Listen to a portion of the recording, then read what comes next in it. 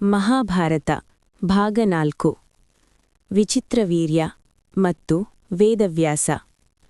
ಭೀಷ್ಮ ಪ್ರತಿಜ್ಞೆಯ ನಂತರ ಹಸ್ತಿನಾಪುರಕ್ಕೆ ತಾತ್ಕಾಲಿಕ ಶಾಂತಿ ದೊರಕಿತು. ಭೀಷ್ಮ ರಾಜನಾಗಲಿಲ್ಲ, ಆದರೆ ರಾಜನಿಗಿಂತ ದೊಡ್ಡವನಾದ. ಧರ್ಮ, ನಿಯಮ, ಶಿಸ್ತು ಎಲ್ಲವೂ ಅವನ ಕೈಯಲ್ಲಿತ್ತು. ಭೀಷ್ಮನ ತ್ಯಾಗದಿಂದ ಶಂತನು ತನ್ನ ಪ್ರೀತಿಯನ್ನು ಪಡೆದುಕೊಂಡನು.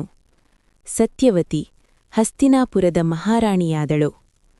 ಕಾಲದ ನಂತರ ಸತ್ಯವತಿಗೆ ಒಬ್ಬ ಮಗ ಜನಿಸಿದ. ಅವನೇ ವಿಚಿತ್ರವೀರ್ಯ. ಅವನು ಕುರುವಂಶದ ಭವಿಷ್ಯ.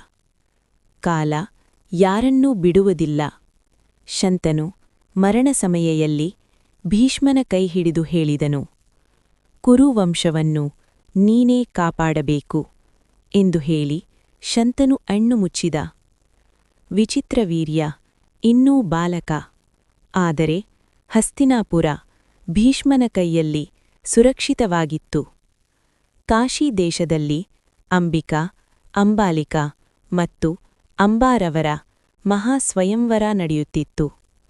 ಅದನ್ನು ತಿಳಿದ ಭೀಷ್ಮ ವಿಚಿತ್ರವೀರ್ಯನಿಗಾಗಿ ಸ್ವಯಂವರಕ್ಕೆ ಹೋದ. ಎಲ್ಲಾ ರಾಜರನ್ನೂ ಒಬ್ಬನೇ ಎದುರಿಸಿ ಸೋಲಿಸಿದ.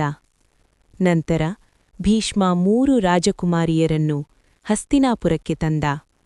ಆದರೆ ಅಂಬೆ ಇನ್ನೊಬ್ಬನನ್ನು ಪ್ರೀತಿಸಿದ್ದಳು. ಆದ್ದರಿಂದ ಭೀಷ್ಮ ಅವಳನ್ನು ಬಿಡುಗಡೆ ಮಾಡಿದ. ಅದು ಭವಿಷ್ಯದ ಶಾಪವಾಯಿತು.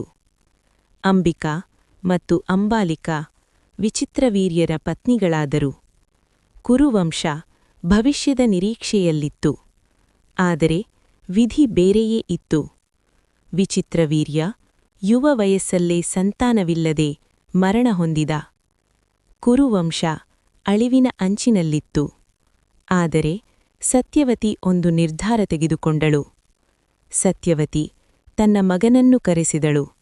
ಅವನೇ ವೇದವ್ಯಾಸ, ಋಷಿ, ಮಹಾಕಾವ್ಯದ ಕರ್ತೃ.